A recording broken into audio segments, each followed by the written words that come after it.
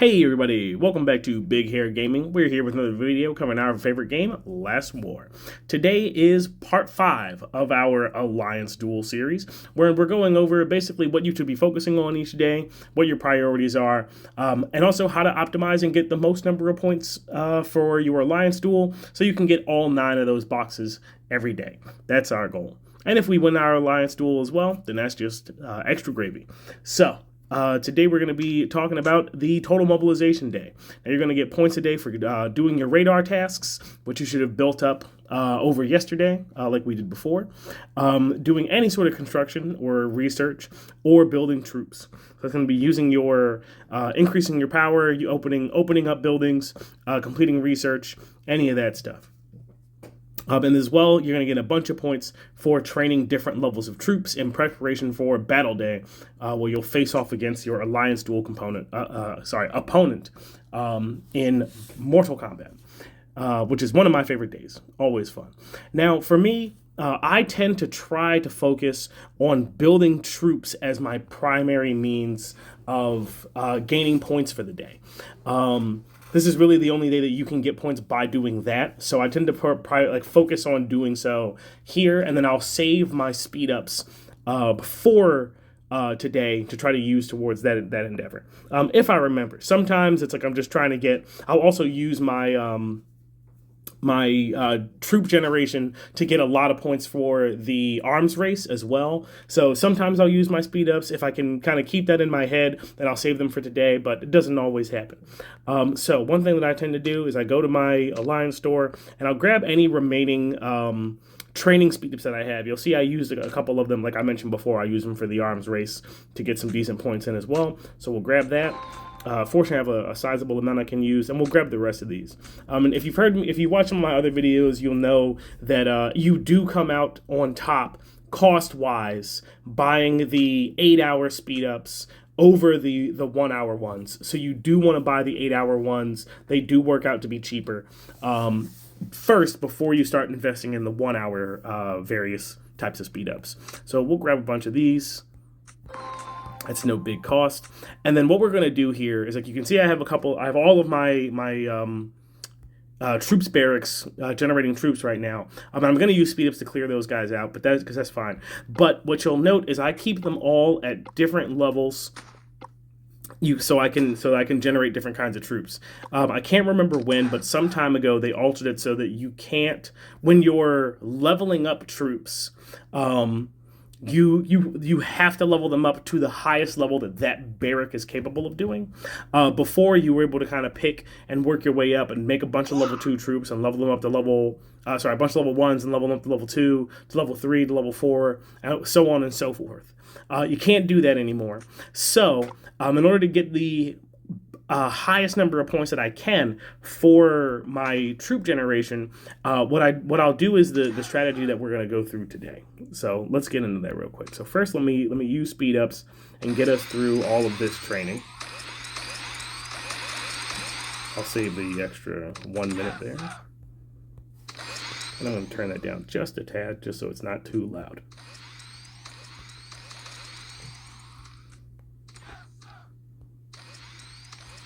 Do a couple of those. I'll use one there. And we'll let that count down.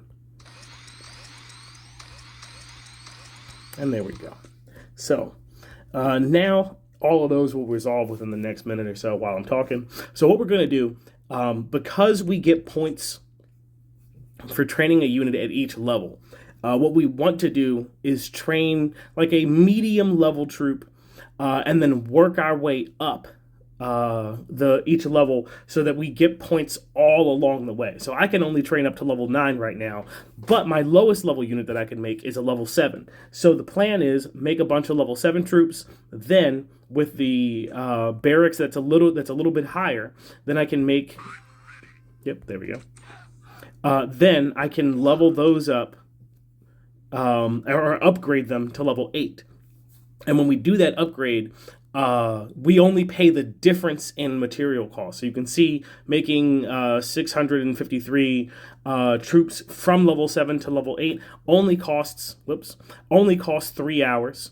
and only costs about 781,000 materials. Now, if I wanted to make, about the same amount here, I would pay 3 million food and metal, and then, about a day and some change worth of time.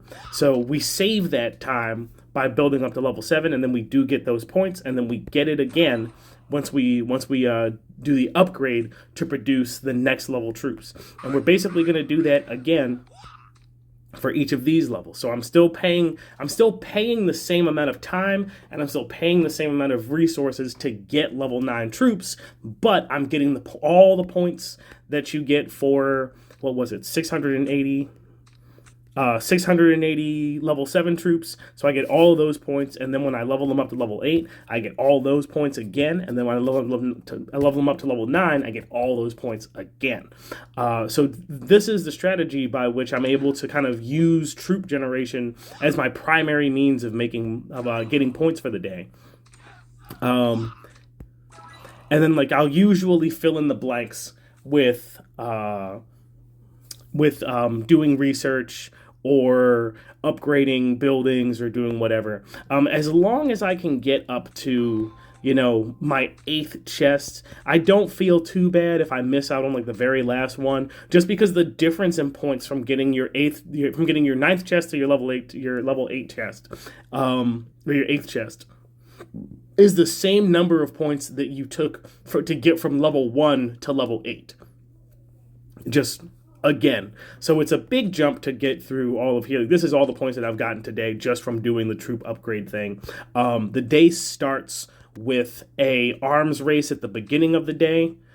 We have this unit progression here, and an arms race unit progression at the end of the day. So it basically means that you can start that off and get some good points in the beginning of the day, and then let the clock run down like I did at the beginning of the video, and then just speed my way up through to the rest of the day that way.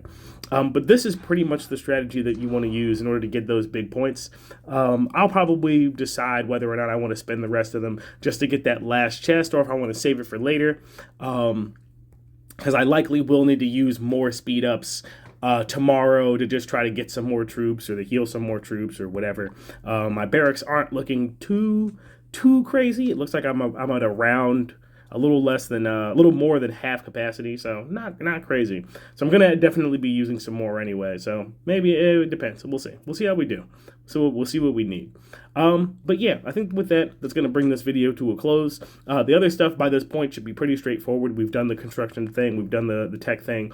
I tend to, like I said one more time, I tend to wait on those because I think the specialized days for those are more valuable. And now I already have some of those research going from the earlier day. I've got builds going from the other day. And I can just let those tick down rather than use yet more speed ups.